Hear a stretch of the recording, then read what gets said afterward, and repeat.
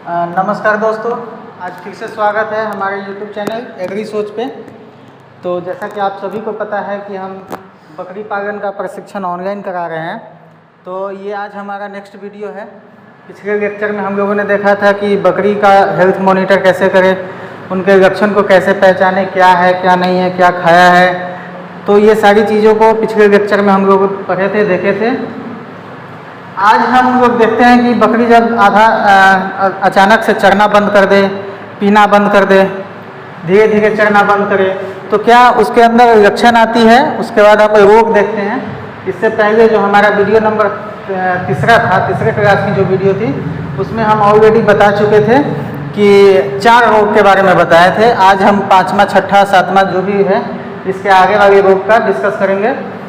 रोग हालांकि है, बहुत रोग हैं, लगभग हम 10-15 रोग जो भी बकरी का है नॉर्मली जो होता है जनरल, उसको डिस्कस करेंगे। तो आइए बिना टाइम वेस्ट किए हम लोग शुरू करते हैं अपना वीडियो।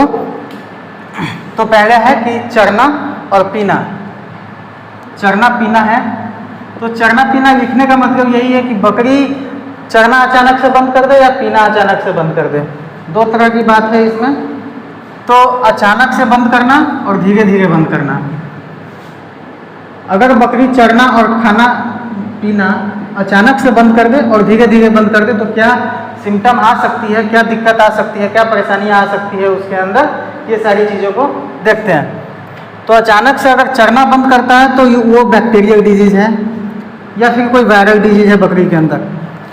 बैक्टीरियल और वायरल हम शायद पिछले वीडियो में बताए थे कि कोई इंसान हो या जानवर हो या बकरी हो, उसके अंदर अगर कोई बीमारी आती है तो वो 3 ही कारण से आ सकती है। या तो वो फंगल होगा, या वायरल हो सकता है, या बैक्टीरियल हो सकता है। 3 ही कारण है बीमारी होने की। या हम इंसान को हो या जानवर को हो या पेड़ पौधे की हो की बात करें, तो कहीं भी अगर बीमारी आएगी तो बस 3 ही कारण से आएगी। तो ये फंगल की बात हम नहीं कर रहे हैं। अगर बकरी अचानक से चरना बंद कर दे, पीना बंद कर दे, तो बकरियों के अंदर इन दोनों चीज़ों का सिम्टम हो सकता है। वायरल यही है कि संक्रमण है, एक दूसरे के नज़दीक आने से, जैसे कोई इन्फेक्टेड बकरी है, कोई संक्रमित हो चुकी है, उसके संक्रमण में कोई दूसरे आएगा उनके पास, तो उनको भी ये हो जाएगा। बैक्टीरियल है कि बैक्टीरियल गंदा पानी वानी पीने से, कोई डस्ट वाली चीज़ खाने से, तो ये बैक्टीरियल होती है। अगर इस तरह का सिम्टम आपके बकरियों में आती है, किसान भाइयों, अगर इस तरह का सिम्टम आपके बकरी में आता है, तो आपको सबसे पहले उस समय डॉक्टर की सलाह लेनी है। बिना देर किए आप डॉक्टर का सलाह लीजिए, उस समय खुद से उसका ट्रीटमेंट ना कीजिए। वही है दूसरी बात कि धीरे धीरे अगर चरना बंद करता है या पीना बंद करता है, तो इसके अंदर इन सारी चीज़ों का इन्फेक्शन नहीं है, इन सारी चीज़ों का डर नहीं है आपको। वहाँ कोई बीमारी नहीं है, उनको कोई बीमारी नहीं है, कोई बीमारी नहीं है। उनका इलाज आप घर पे कर सकते हैं, आसानी से कर सकते हैं।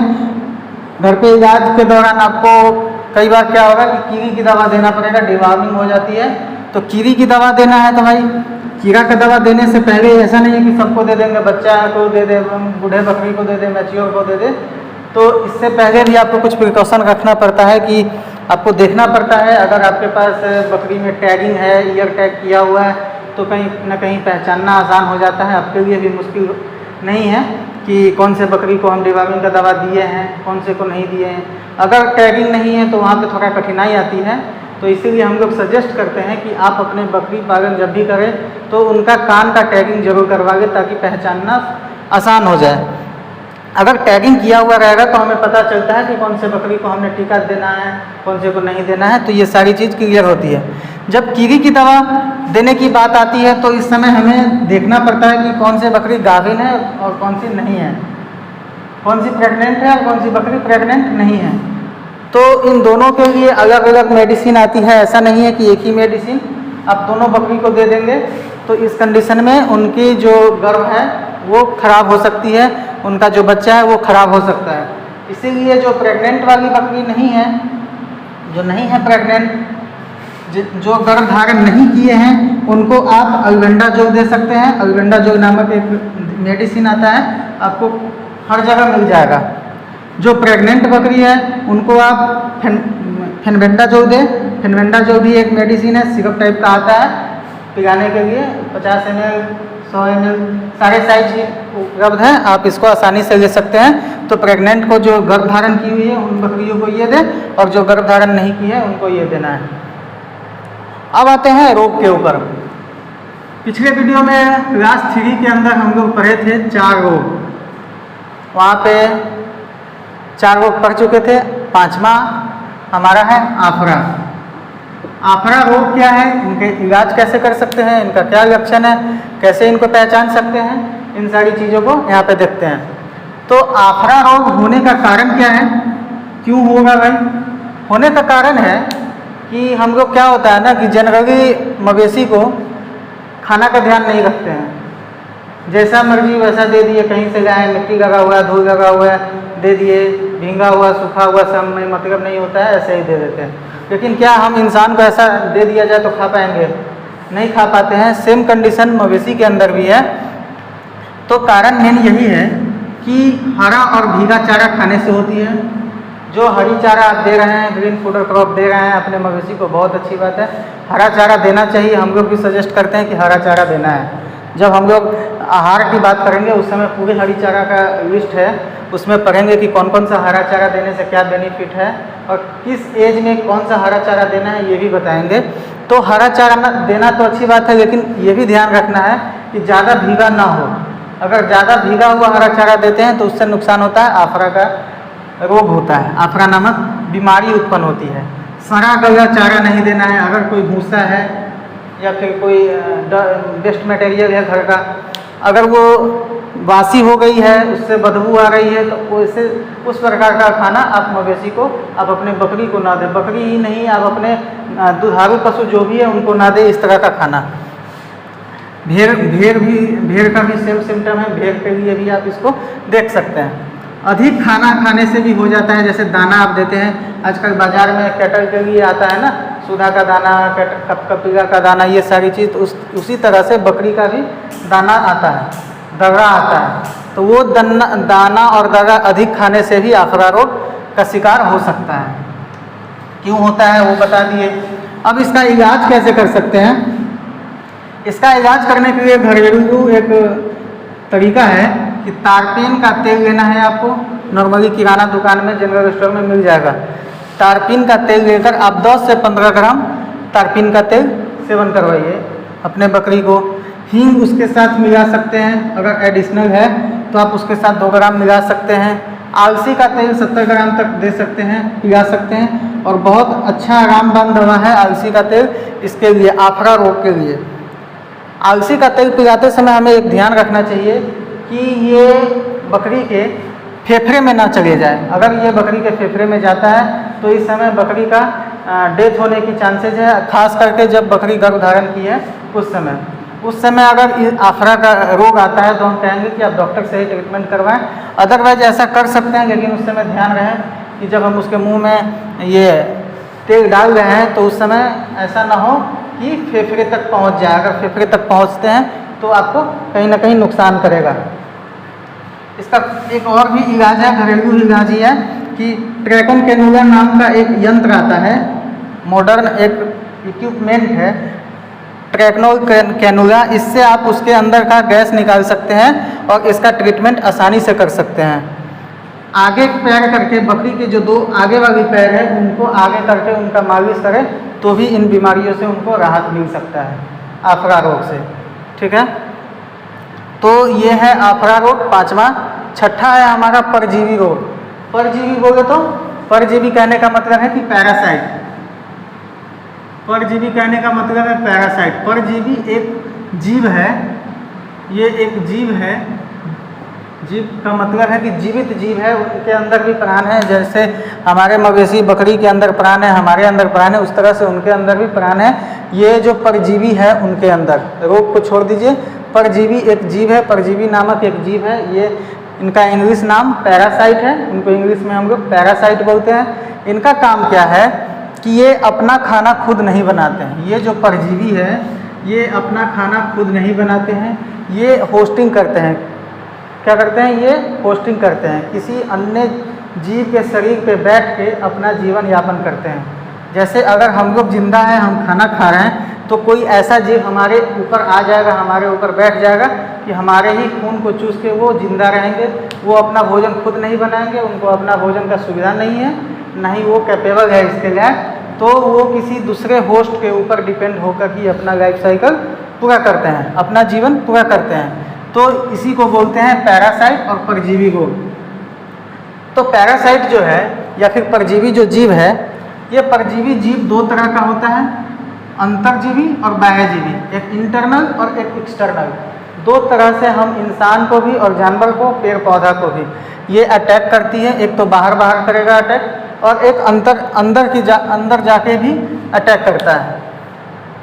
तो अभी हम बात करते हैं कि जो अंतर्जीवी है, अंतर्जीवी जैसे फीता कृमि है, बोल कृमि है, हिमेटक्स है और किसडिया है। ये चार जो है ये सारी अंतर्जीवी है, इंटरनल वाली है, अंदर जाके अटैक करती है। कैसे करती है? तो पहले हम पढ़ते हैं इसका किसडिया का। किसडिया का कारण क्या है, ये कैसे हम बकरी के अंदर या इंसान के अंदर प्रवेश करती है। इंसान के अंदर भी सेम है, बट थोड़ा सा चेंजिंग है कि ये नहीं जाके इनके जगह पे नाम चेंज हो जाता है, लेकिन कारण यही है, पाथ यही है, रास्ता यही है, रूल यही है अटैक करने का। ठीक है, तो क्या कारण हो सकता है इनका बकरी के ऊपर अटैक होने से? कई बार क्या होता है ना कि हम बकरी मवेशी का ध्यान नहीं रखते हैं, उनके पानी का, उनके खाना का। वो कहीं गंदा पानी पड़ा हुआ है तो जाके नॉर्मली आसानी से पी लेते हैं, हमें पता भी नहीं होता है कि वो पानी पिए हैं। कहीं कटोरा में है, कहीं खेत में, कहीं नाद में पानी पड़ा हुआ है, बरसात का पानी है, या फिर कहीं धूल मिट्टी वगैरह पानी है, वो पी लेते हैं। वो गंदा पानी पीने से सबसे ज़्यादा इनका इन्फेक्शन होता है बकरी के अंदर। गंदा पानी पीने से होगा, गंदा खाना खाने से होता है। इनके लक्षण को अगर पहचान सकते हैं तो पहचान लेंगे, अधिक ज़्यादा दस्त होगी, खूनी दस्त होगा, दस्त के दौरान खून आएगी, खूनी दस्त होगा, और मौत 3 से 4 घंटे में बकरी की मौत हो जाएगी। 3 से 4 घंटे में नॉर्मली मौत हो जाता है इन चीज़ों की वजह से। तो कितना ज़्यादा खतरनाक है आप देख सकते हैं कि गंदा पानी पीने, गंदा खाना खाने से क्या क्या नुकसानें हो सकती हैं, आप इनको अच्छी तरह समझ सकते हैं। तो इन सारी चीज़ों का हम लोगों को ध्यान रखना चाहिए। इनका भी आप इलाज कर सकते हैं। कैसे कर सकते हैं इलाज? कोई ज़रूरी नहीं है कि हर बार हम डॉक्टर को ही बुलाएं। अगर आप पुराने हो गए हैं, अच्छे दिन से कर रहे हैं, आपको नॉलेज हो गई है, तो आप कहीं ना कहीं सीख जाएंगे टीका लगाना। ये टीका कैसे लगता है वो भी बताएंगे हम लोग टीकाकरण के अंदर। तो 2 ग्राम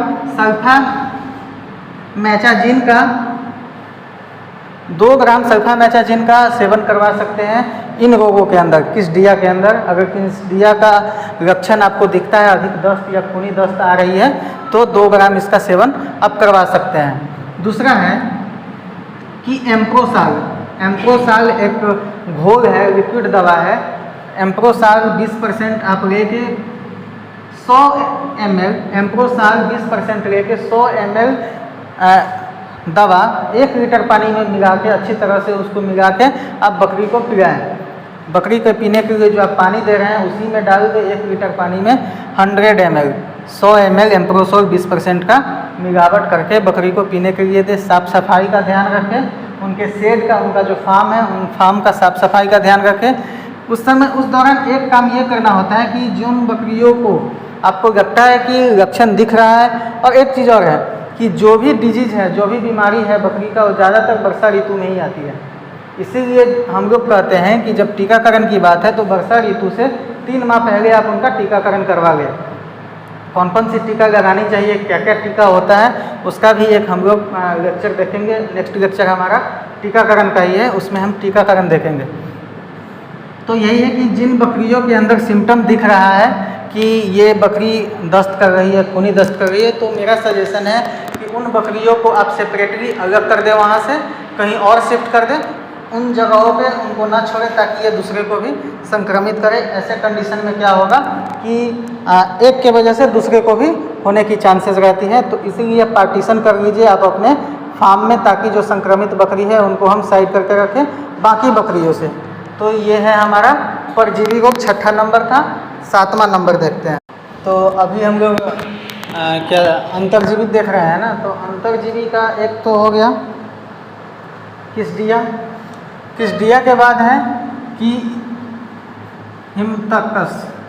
इनका लक्षण क्या है कि ये खूनी दस्त होगा। एक्चुअली वही है कि पैरासाइट जो भी था, परजीवी जो भी रोग थे उसमें यही था कि दस्त होगा, मैक्सिमम खूनी दस्त आएगा। तो उन्हीं का एक है हिमतक्स। तो इसके अंदर भी क्या है कि खूनी दस्त होता है। जो दस्त होगा वो ज़्यादा से ज़्यादा बदबू देगा, अधिक बदबू देगा। इनका इलाज का एक तरीका है कि नीलवर्म नामक एक दवा आती है, ये भी लिक्विड है, नॉर्मली मेडिसिन की दुकान में मिल जाएगा। जो भी वेटनरी मेडिसिन का दुकान है वहाँ आपको मिल जाएगा। तो नीलवर्म नाम का एक मेडिसिन आता है। इस मेडिसिन का 10 से 15 ग्राम नीलवर्म प्रति लीटर पानी में मिला करके बकरी को पिलाने से इन चीज़ों से राहत मिल सकता है। दूसरा है पैनाकूर।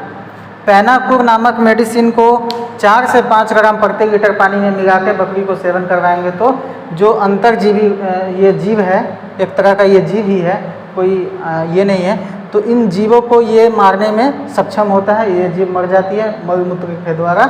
जो भी वेस्टेज है बकरी का बाहर आ जाता है, फिर बकरी हमारा सेफ हो जाता है। जो भी डिजीज है उनसे नवजात पा जाती है वो। उसके बाद है फीता कृमि। फीता कृमि क्या है? फीता कृमि ये एक चाली है, कीड़ा है, हम इंसान को भी होता है, उसी तरह से इन बकरियों को भी होता है। इसमें एक्चुअली फैलने का यही है कि हम मनुष्य उन बकरियों का मांस को सेवन करते हैं, फिर हम लोग खाते हैं, हमारा वेस्टेज जाता है कहीं ना कहीं उन बकरी को, फिर वो कहीं इन्फेक्टेड करती है। इस तरह से इनका साइकिल चलते रहता है। तो इस वजह से इन्फेक्टेड है फीता कृमि के लिए। इनके दौरान भी हम पैनाकूर, फीता कृमि जब भी ये परजीवी रोग का अटैक हो बकरी के ऊपर, तो इस दौरान हम पैनाकूर 10 ग्राम प्रति लीटर पानी के साथ मिला के बकरी को पिला सकते हैं। इससे फीता कृमि को रोकथाम हो जाएगा। दूसरा है कि परजीवी रोग के अंदर दो थे, एक अंदर वाली, एक बाहर वाली, बाह्य रोगी। तो बाह्य परजीवी जो जीव है, बाह्य परजीवी जीव के बारे में हम लोग थोड़ा सा बता देते हैं, बाकी डिटेल नेक्स्ट वीडियो में करेंगे। तो जो बाह्य परजीवी जीव है इनका मेन मकसद यही है, इन जीवों का मेन इनका मोटिव यही रहता है कि हम किसी दूसरे बॉडी के ऊपर जाएंगे और उनका खून चूस के हम जिंदा रहेंगे।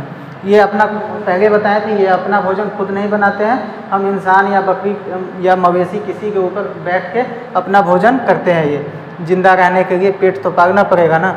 तो वही है, बाह्यजीवी परजीवी जो भी है वो इनका मेन मोटिव है कि हम खून चूसना है, खून चूस के जिंदा रहेंगे।